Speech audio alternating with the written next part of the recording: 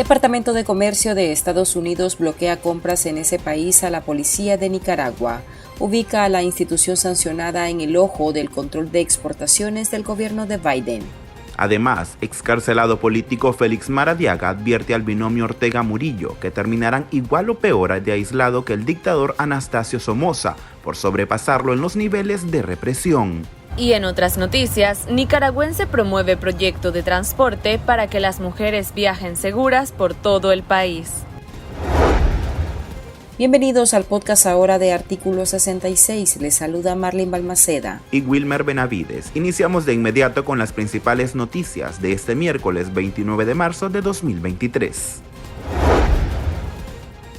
Tras el reciente informe divulgado por el gobierno de Joe Biden en el que expone las continuas violaciones a los derechos humanos en Nicaragua, el Departamento de Comercio de Estados Unidos ubicó a la Policía Nacional en la lista de control de exportaciones, con lo cual bloquean las compras que podría ejecutar esa institución en el país norteamericano. En 2020, la policía fue incluida en la lista negra de la Oficina de Control de Activos del Departamento del Tesoro de los Estados Unidos, por considerarla uno de los brazos principales de la represión dirigida contra los nicaragüenses a partir de la revuelta social de abril de 2018. Estados Unidos considera que países como Nicaragua actúan en contra de la seguridad nacional o los intereses de la política exterior de esa nación. El gobierno de Biden determinó agregar a la policía de Nicaragua a la lista de entidades por participar en actividades contrarias a sus intereses.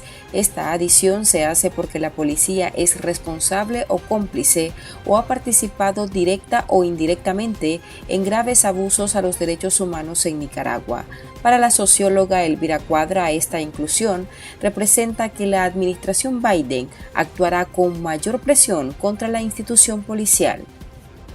Se aplican, podríamos decir, sanciones en el sentido de que se limita a estas instituciones para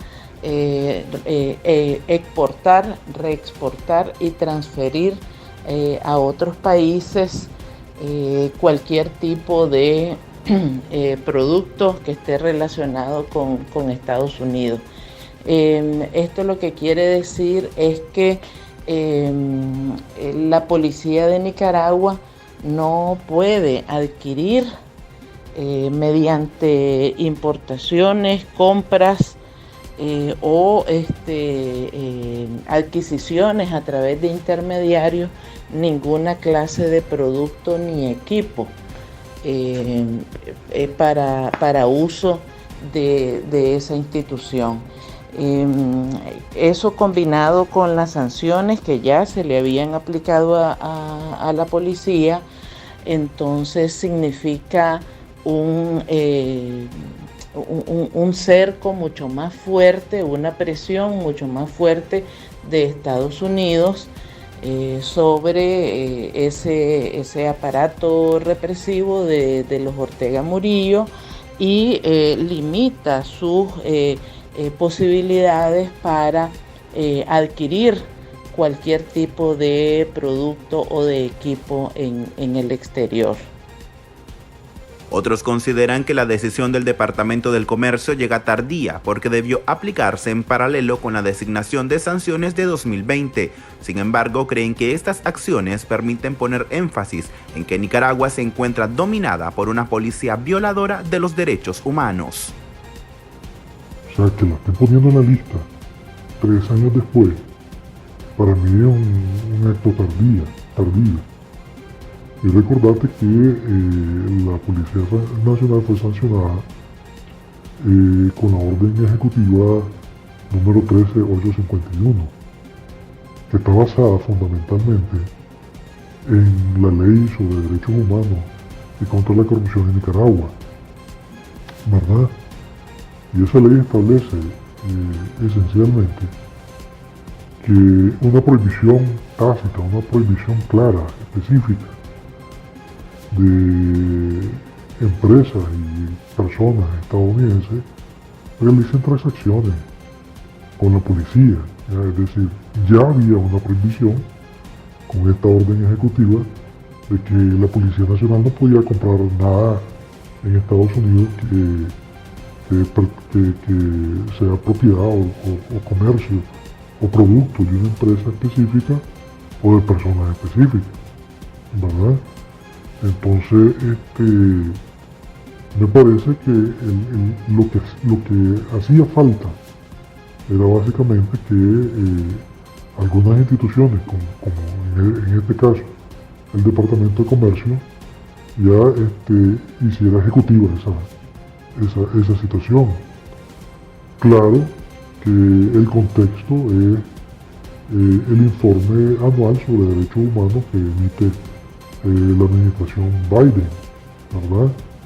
Como que les recordó el tema de la prohibición anterior, ¿verdad? Pero también se le puede dar otra lectura a esto, ¿verdad? Que tomen como antecedente la sanción, ¿verdad? Y que con esto se le está dando una nueva fuerza política, ¿verdad? Al tema de los derechos humanos, al tema de la sanción contra la Policía Nacional, al tema de la visualización de la policía como una institución asesina, violadora de derechos humanos, torturadora, que hace persecución política, acoso político, etcétera, etcétera. En la lista también se otorgan las mismas restricciones a países como Rusia y China, los dos aliados del régimen de Daniel Ortega. Especialistas señalan que la policía estaría enfocando sus compras a Venezuela, México e Israel y alertan que cualquiera que se preste a colaborar para traer equipos para la institución desde Estados Unidos estaría corriendo un riesgo sumamente alto. La policía, que es dirigida por Francisco Díaz, consuegro de la pareja dictatorial, opera este 2023 con 4.311 millones de córdobas, de 262.9 millones más que el año pasado. En 2022, la institución señalada de ser el brazo opresor de Ortega y Murillo recibió 4.048.1 millones de córdobas, monto superior a los 3.760 millones destinados en el año 2021. La dictadura de Daniel Ortega y Rosario Murillo está a punto de terminar más aislada que la de Somoza. Eso advierte el excarcelado político desterrado Félix Maradiaga. En entrevista con Artículo 66, el politólogo atribuyó la libertad de 222 opositores a la presión internacional y a un interés de la pareja presidencial por quitarse del radar mundial, estrategia que afirma no les funcionó y se equivocaron al creer que ganarían un respiro. Ningún dictador libera a presos políticos porque lo quiere hacer. Los dictadores liberan a los presos políticos porque no tienen en ese momento otra mejor alternativa. En el caso concreto de Ortega, la liberación de los presos políticos, aunque no tenemos toda la información de qué es lo que pudo haber ocurrido, sí queda claro de que ya era políticamente muy costoso para la dictadura sandinista. Era muy costoso para la dictadura sandinista, sobre todo porque Ortega se ha beneficiado mucho a lo largo de los años de estar fuera del radar internacional. Yo he venido recordando desde hace muchísimos años que me ha tocado hacer advertencias en distintos foros internacionales que el Frente Sandinista es una estructura político-militar que nace de una tradición conspirativa y me atrevería a decir que está criminal, ¿verdad? Entonces, ¿qué es lo que pasa? A pesar de eso, el Frente Sandinista, de la mano de Ortega, empieza a hacer una cantidad de acciones que las logró ejecutar, como su cercanía con Irán, sus acciones con grupos políticos extremistas alrededor del mundo, porque estaba fuera del radar internacional. En otras palabras, a Ortega le conviene estar fuera del radar internacional. Cuando él está dentro del radar internacional es cuando sabe que captan la atención de actores internacionales que a él no le conviene. Sin embargo, la liberación de presos políticos es un error, no podría decir la liberación de presos políticos de Ortega, él comete un error de cálculo. Y ese gran error de cálculo se llama Rolando Álvarez. Monseñor Rolando Álvarez es el gran error de cálculo, porque él no contaba con la valentía extraordinaria de Monseñor, que decide no montarse en el avión, y eso hace que el tema de los presos políticos, que Ortega pensaba iba a acallar la presión internacional, se mantenga en el radar. Y de cara al futuro hay que seguir también ahondando en ese otro ámbito de lucha que abre el informe de expertos de la ONU, que lo califica como criminal de lesa humanidad. Me refiero a un camino de ruta de justicia penal internacional, ¿verdad? Que eso es importante. En conclusión, todos esos factores hay que hacerlos parte de una estrategia que pasan por trabajar en unidad, pero también yo quisiera advertir de que hacen a la dictadura más peligrosa, porque entre más aislada está más peligrosa, y por eso he hecho un llamado a no confiarse. Maradiaga, convertido en apátrida por el orteguismo y desde su destierro en Estados Unidos, pidió a la oposición cambiar de estrategia y apostar a la clandestinidad cívica para garantizar su libertad y presionar desde otra acera. Ve como un error que antes de que un amplio grupo de opositores cayera preso, dieran demasiados indicios sobre los pasos a seguir en el propósito de lograr un cambio democrático en Nicaragua. Uno de los errores que se cometieron en la fase anterior, antes de nuestra captura, es haberle dado demasiada advertencia previa al régimen de las movidas que íbamos a hacer.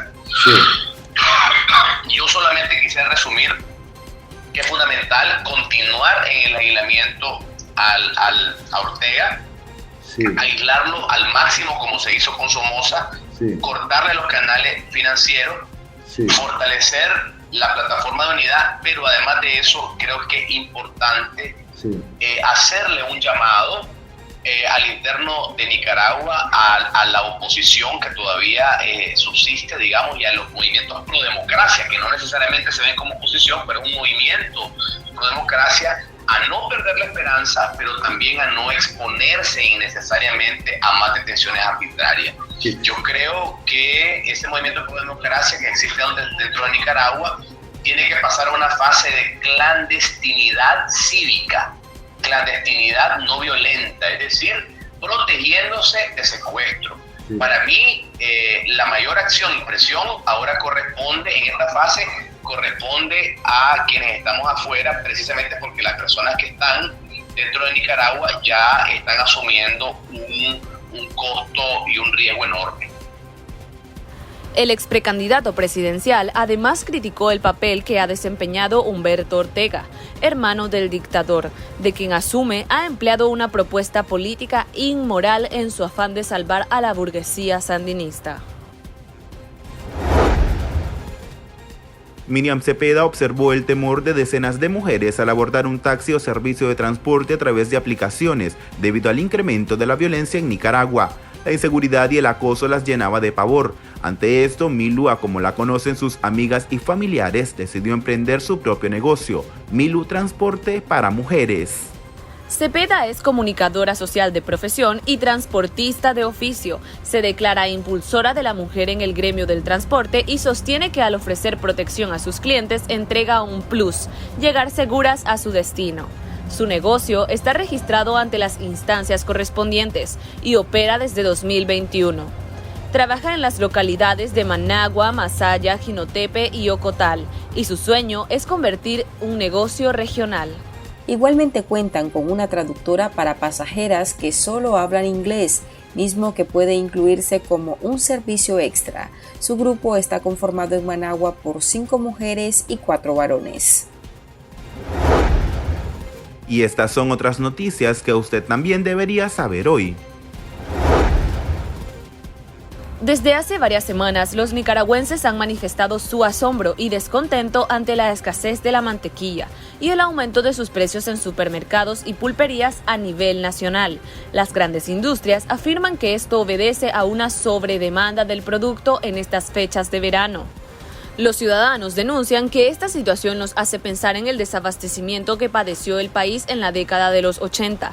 Lamentan que una barra de mantequilla haya subido entre 5 y 10 córdobas. La caja de 4 barras actualmente ronda los 55 córdobas. La Universidad Rubén Darío, con sede en Diriamba, se convierte en la más reciente institución aniquilada y confiscada por el régimen de Nicaragua. Según la resolución de gobernación publicada en la Gaceta, la entidad habría incumplido la Ley General de Educación y la Ley de Autonomía de las Instituciones de Educación Superior al no reportar sus estados financieros. Asimismo, ordenó a la Procuraduría General de la República el traspaso de los bienes a nombre del Estado. La universidad operaba desde 2011 y ahora los estudiantes tendrán que ser reubicados. El orteguismo desde 2022 ha eliminado a cerca de una docena de universidades. Desde diciembre de 2018 ya suman 3.363 entidades canceladas, de las cuales más de 30 han sido por disolución voluntaria. A menos de un mes de conmemorarse el 5º aniversario de la rebelión cívica de abril en Nicaragua, nacionales que radican en Miami, Estados Unidos, presentarán la exhibición El despertar de abril, postales de dolor en Nicaragua, que recoge el luto y el dolor derivado de la represión estatal en contra de manifestantes pacíficos.